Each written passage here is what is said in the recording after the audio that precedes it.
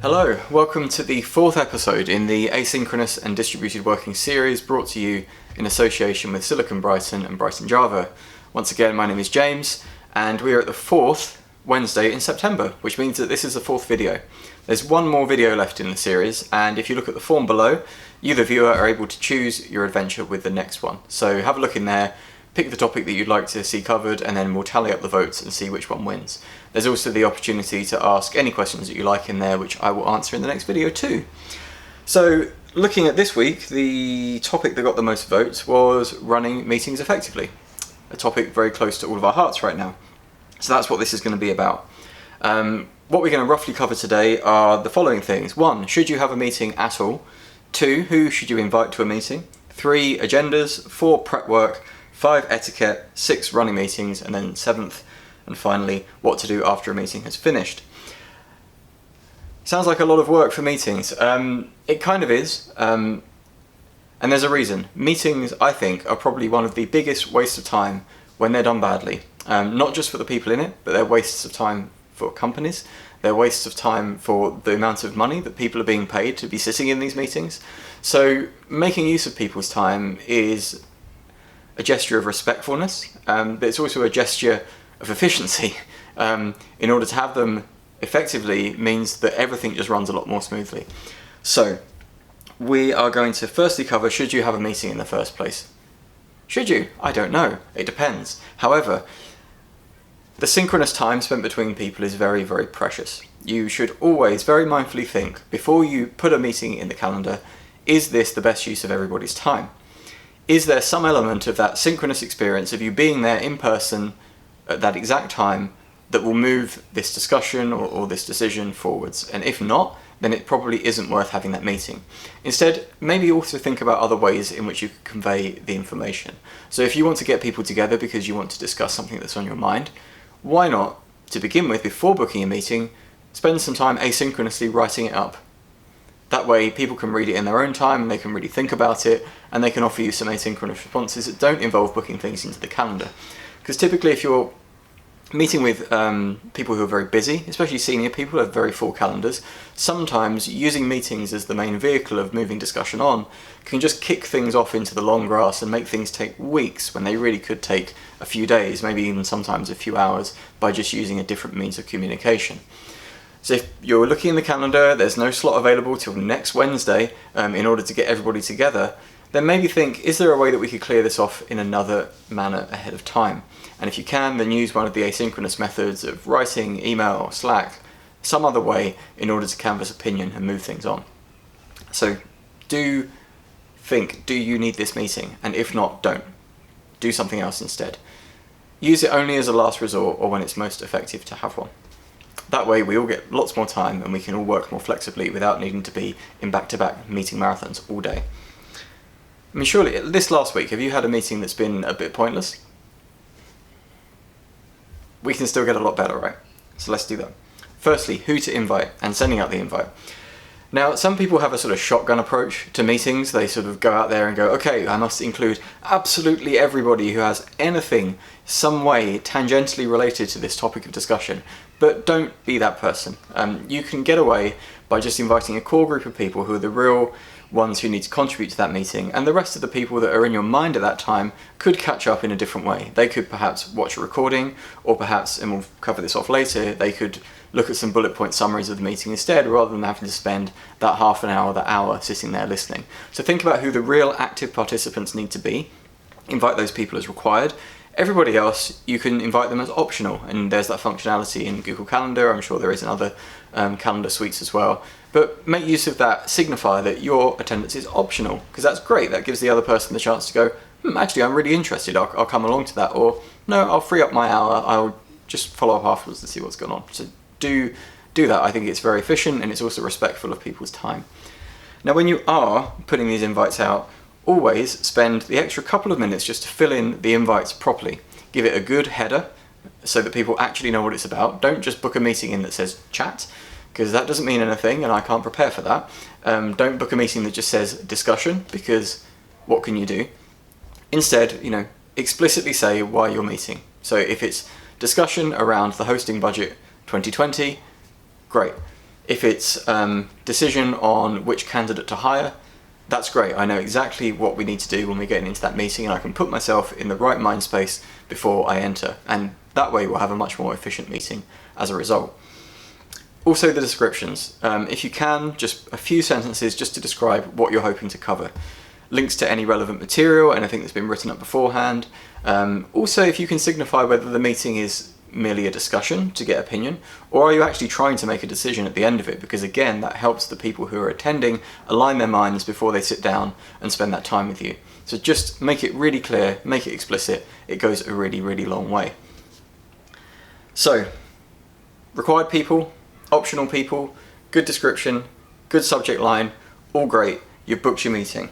Let's talk about agendas. Now, agendas are super useful, and this comes into the prep work that you should be doing.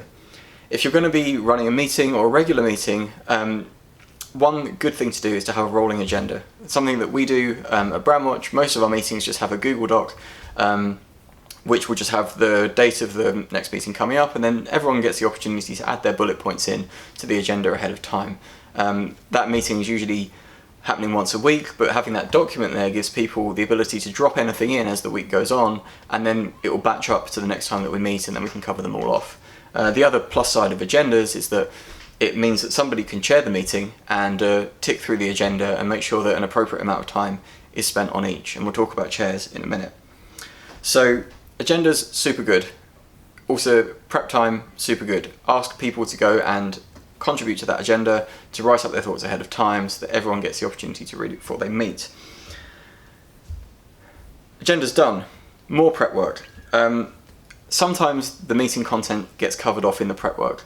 And I said at the beginning of the video, sometimes there's no need to meet at all. Sometimes doing the prep work can reveal that there's no need to meet at all. For example, if you want to put a meeting in about a discussion around a particular thing, let's say there's a proposal for an architecture of the system, someone does the prep work, they enumerate all of the choices, they write a document, they send it around to everyone to read, and everyone unanimously says, hey, like the second option is clearly the best here, then you don't even need to have the meeting at all. So putting in the prep work can save you a lot of time and helps you, if you're booking that meeting, to just think things through in your mind and just clear off all of your thought processes, get it aligned, sometimes wrap up the discussion before it's needed, but even if you don't, it allows you to go into the meeting with a very clear thought process and gives everyone the chance to read it before they come in. Now, some people struggle to find the time to read agendas and to read prep documents before the meeting starts, and that could be just because they're busy, overloaded, maybe they've been on vacation or whatever. If you find that this is the case, and there's a particular group of people that you meet with who are like that, then one technique that you can do is something called silent meetings. So this is where you prepare ahead of time, you write up what you think the discussion should be about. If there's some options, you present the options, and then you say, we need to make a decision on this, or I'd just like to get your input.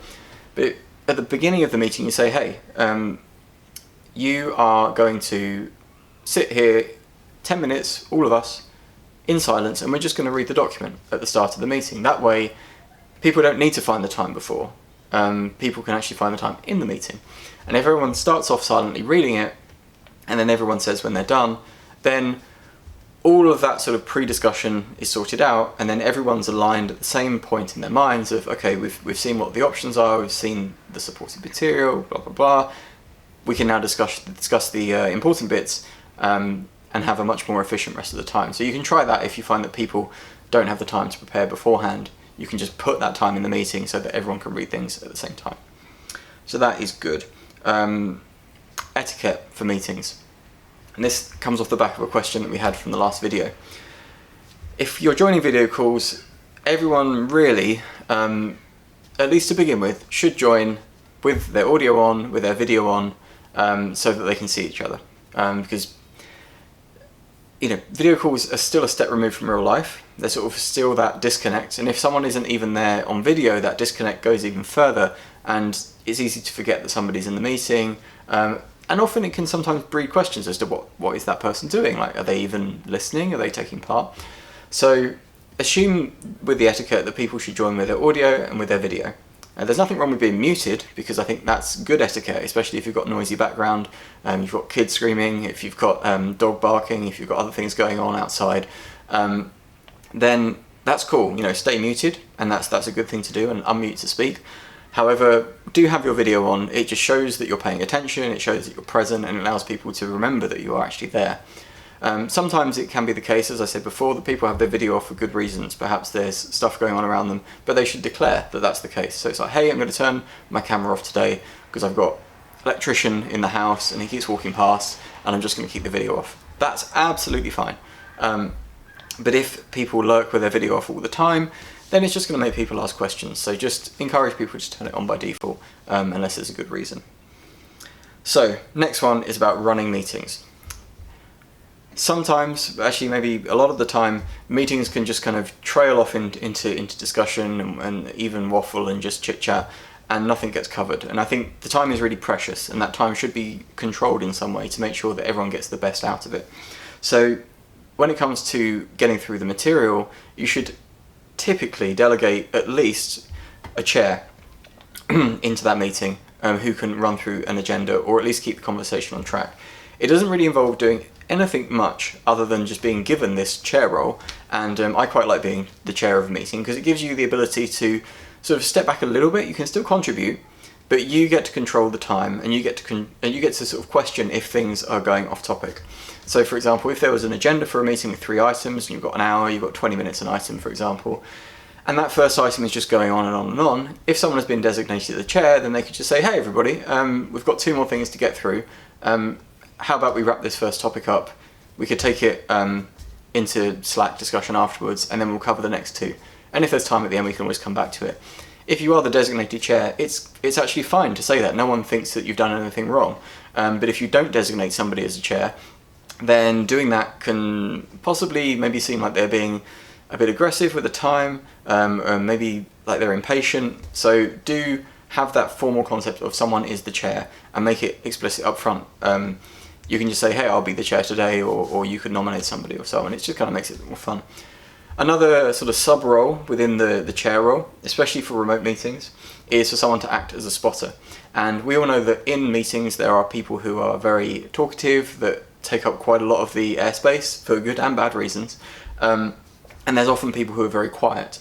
And one of the roles of someone who's designated as a spotter is to just have their eye across all of the participants, and especially if you've got it on that sort of grid view so you can see everybody, and just take note if some people are either not getting the opportunity to speak because they keep getting interrupted, or if they just have been very, very quiet, and the spotter will invite them into the conversation. So to see that that particular person hasn't said anything yet, and it's now 40 minutes into the meeting, just go, oh, hey Robert, do you have anything to contribute here? Like, what do you think about this thing? And just bring them in. That's a really useful role. And I found that when people act as a spotter, you get a much more balanced conversation, taking into account everybody in that meeting, and also the people who are quiet feel like they have a route in without needing to speak over other people or sort of find that gap between the conversation, which isn't always easy to find, because the delay on everyone's connections means that even though you've heard the gap and you start speaking, somebody else has already started speaking. It's just a pain. So a spotter can alleviate that. A chair and a spotter, even if those are combined to be the same person, then they're a really, really, really good tool to have. So lastly, after the meeting, when the meeting's over, hopefully you've recorded it. It's good if you record meetings. Most video call software lets you do that, and then just quickly upload it for circulation afterwards. It also gives you the ability to have people watch it who weren't in attendance. Like, you know, someone asks you about something that you're working on, you say, oh, we had a meeting about that last week, the video's there if you want to watch it. That's really, really useful. It's that concept of like open meetings where you can just archive your team or your working groups meetings in one place, maybe on a wiki or Confluence or similar, so that anyone can find them and discover them later in time is cool. But after the meeting, as well as distributing the recording, make sure you follow up. Whoever was designated the chair of that meeting should have the agenda filled in with some notes, or they've just made a few bullets themselves, so that when the meeting's over, it's like, we've just talked about this, we've either decided that or we've discussed that, and here are the next steps. And whether that's going away and doing a bit more work, whether that's going away and making a decision, but just make it clear that when the meeting's over, it doesn't just evaporate into thin air, that it does actually generate some actions, does generate some work, because that was the whole point of everyone getting together, was to move some work stream onwards in some way. So make sure that that happens by doing your follow-up. Just make it clear, like, who is doing what, by when, and how are you all going to communicate about doing it. So that's it, that's meetings. There's a whole bunch of things there that if you're not used to doing them already, it might seem like a lot, but as you start doing them, as you repeat doing them, it just becomes a habit. Things like the prep work and the follow-up and agendas, all this just becomes like the fabric of what you do, and it doesn't actually involve too much effort once you've done it for a while. And I think people begin to see that meetings become more efficient, meetings just become a bit more fun, because you feel that they're sort of wrapped in a framework that means that they do actually generate value, rather than just being wastes of time that we find annoying. That's meetings. So in terms of Q&A from last time, we didn't have any questions, but we had one comment actually, just saying, following your last talk, we've implemented when one person is remote that the whole company is remote, and we'll let you know how we get on. That's fantastic. If this whole video series helps one person do something, then I have succeeded in some way. So that's fabulous, and I'd love to hear how you get on indeed. Thank you very much for that comment. So the next video is the last in the series. It's been quite fun recording these. I'm not used to recording videos, but it's made me learn a fair bit about video editing and sitting and talking in front of a camera, which is quite unnatural. But the last one will be decided by you. Look at the form below. There's some topics of conversation, and I'll go away and record that video for you to stream next Wednesday. But until now, thanks very much for your time. Hope to see you next week. Take care.